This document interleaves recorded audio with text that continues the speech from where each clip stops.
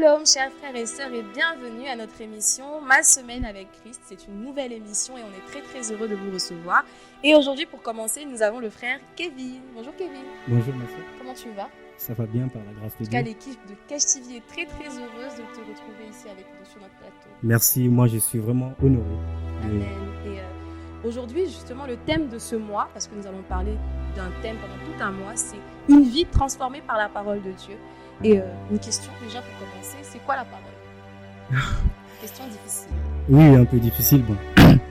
Je dirais que répondre à cette question, je mentionnerai certaines facettes, juste les facettes, parce que la parole de Dieu, c'est en quelque sorte l'expression de la puissance de Dieu. Quand je parle de l'expression de la puissance, ça veut dire que Dieu dit quelque chose, fait sortir quelque chose de sa bouche. Cette chose n'est pas visible, mais cette chose crée une action. Cette chose se matérialise. Donc c'est une puissance, c'est l'expression que Dieu utilise pour accomplir sa volonté. La parole de Dieu, c'est ce qui sort de la bouche de Dieu. Nous constatons que quand Jean s'est retrouvé dans sa vision, l'ange lui a demandé « Écris ce que tu verras ».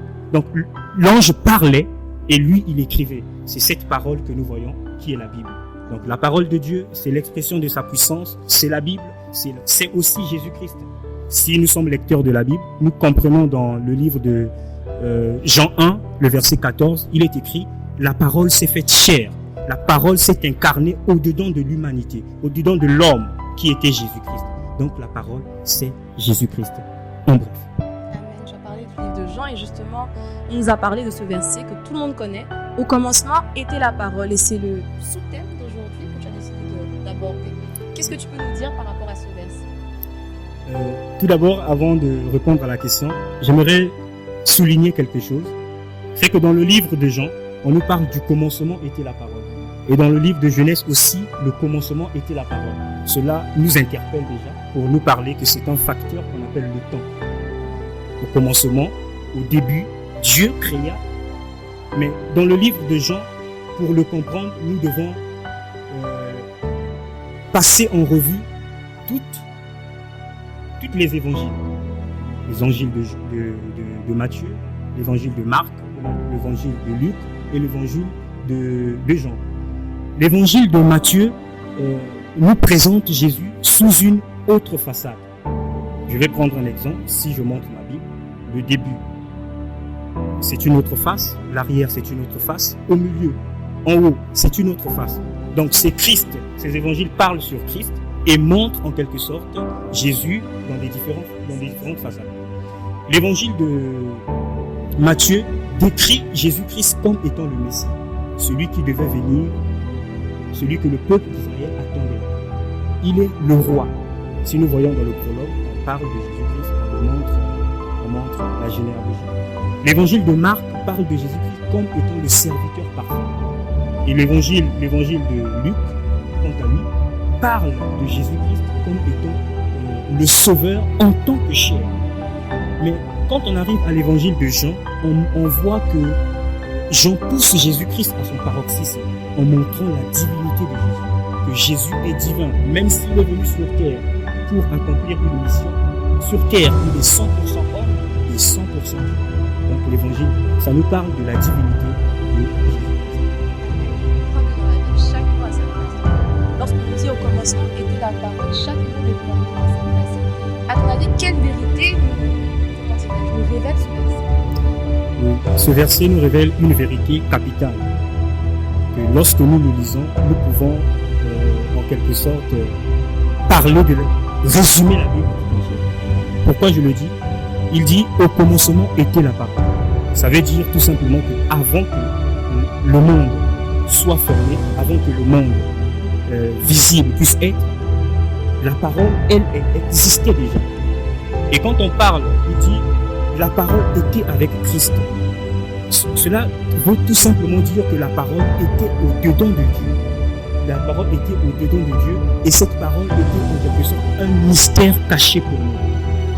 Dans l'ancien temps, si nous voyons les patriarches, ils ont dit une phrase qui m'est restée à l'esprit. Ils ont salué le jour de Christ. Ils savaient que quelque chose devait arriver, que Christ était au-dedans de Dieu. Mais ils voulaient voir ce jour. parce que ce jour était réservé pour nous, bien-aimés. Donc la parole était au-dedans de Dieu un mystère. Et cette parole était en quelque sorte Dieu. Pourquoi je le dis? Parce que la parole a le monopole, la parole a l'autorité sur tout. Et quand nous arrivons dans le verset 14, il dit que cette parole s'est matérialisée, s'est incarnée dans nous.